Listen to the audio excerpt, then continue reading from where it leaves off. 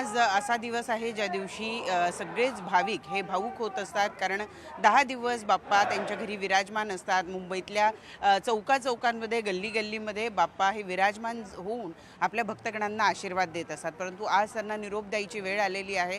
निरोप देताना सुद्धा जल्लोष कायम असतो, कारण त्यांना माहिती आहे की पुढच्या वर्षी अशाच आशीर्वादांचा वर्षाव करत बाप्पा पुन्हा येणार आहेत। मी सध्या मुंबईच्या गणेश गल्ली परिसरात आहे, जिथं यावर्षी रामेश्वर मंदिराचा देखावा साकारण्यात आलेला होता आणि आता इथं बाप्पाला निरोप देण्याची तयारी जी आहे ती जवळपास पूर्ण झालेली आहे। थोड्या वेळात आरती होऊन या ठिकाणी बाप्पाला निरोप देण्याची सुरुवात केली जाईल।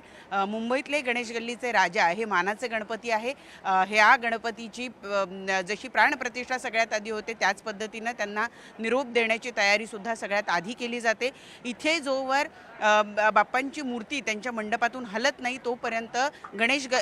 तोपर्यंत लालबागचा राजा हा सुद्धा विसर्जनासाठी बाहेर पडत नाही। आपल्याला माहिती आहे की समोरचा आंबेडकर रोड जो आहे त्या रोडवर दोन्ही बाप्पा यांची एकमेकांची नजरानजर होते आणि त्यानंतर पुढे ते मार्गस्थ होत असतात। ही एक परंपरा गेले काही वर्ष आपण सातत्यानं बघत आहोत आणि त्याच अनुषंगाने आपण या ठिकाणी पाहतो आहोत की सगळ्यात आधी बाप्पाची या ठिकाणी आराधना करून त्यांना निरोप देण्याची तयारी सुरू केली जाईल आणि नंतर या ठिकाणून बाप्पांची ही मूर्ती मंडपातून हलेल आणि मग वाजत गाजत मागच्या रस्त्यानं आंबेडकर रस्त्यापर्यंत येईल आणि नंतर ठिकठिकाणी त्यांच्यावर पुष्पवृष्टी केली जाते, भावपूर्ण निरोप त्यांना दिला जातो। अगदी लहान मुलं बाप्पाच्या पायावर टाकली जातात बाप्पाचा आशीर्वाद घेण्यासाठी। वर्षभर लहान बाळांचं आरोग्य चांगलं राहो, त्यांच्यावर सुखाचा वर्षाव होत राहो यासाठी अनेक जण आपल्या लहान लहान बाळांना बाप्पाच्या चरणी पायावर नतमस्तक होण्यासाठी टाकत असतात आणि त्यानंतर हे बाप्पा सगळ्यांना आशीर्वाद देत देत विसर्जन मिरवणुकांमधून गिरगावच्या चौपाटीवर जात असतात।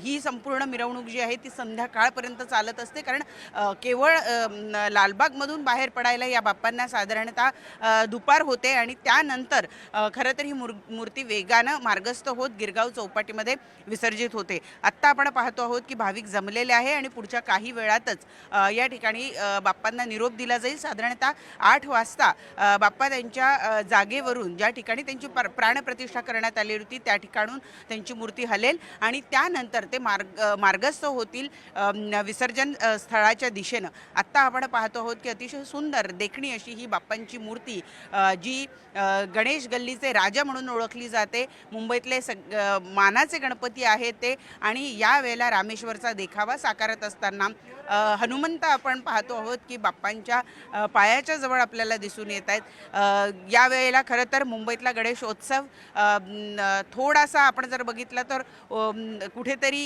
यावेळेला थोडी गर्दी कमी आहे की काय असं वाटायला लागलेलं होतं, कारण सुरुवातीला काही दिवस मराठा आंदोलकसुद्धा मुंबईमध्ये दाखल झालेले होते। परंतु आता पुन्हा एकदा मुंबईकर गोळा झालेले आहेत आपल्या लाडक्या बाप्पाला निरोप देण्यासाठी। त्यांचा यावर्षीची मूर्ती, त्यांचा यावर्षीचा देखावा सगळा आपल्या डोळ्यात साठवून ठेवण्यासाठी आता आपण पाहतोय की पुढच्या काही मिनिटातच बाप्पांची इथे आरती सुरू होईल। त्यांना निरोप देण्याची तयारी जवळपास पूर्ण झालेली आहे। मंडळाचे पदाधिकारी जी उत्सव मूर्ती आहे त्याच्या बाजूला असलेली छोटी मूर्ती जी आहे त्या मूर्तीच्या इथं गोळा झालेल्या आहेत आणि बाप्पाला निरोप देण्यासाठी त्यांची पूजा अर्चा जी आहे ती सुरू झालेली आहे। विसर्जन मिरवणुकीमध्ये सामील होणारे जे भक्त आहेत ते सुद्धा मोठ्या संख्येनं या ठिकाणी एकवटलेले आपल्याला बघायला मिळतात।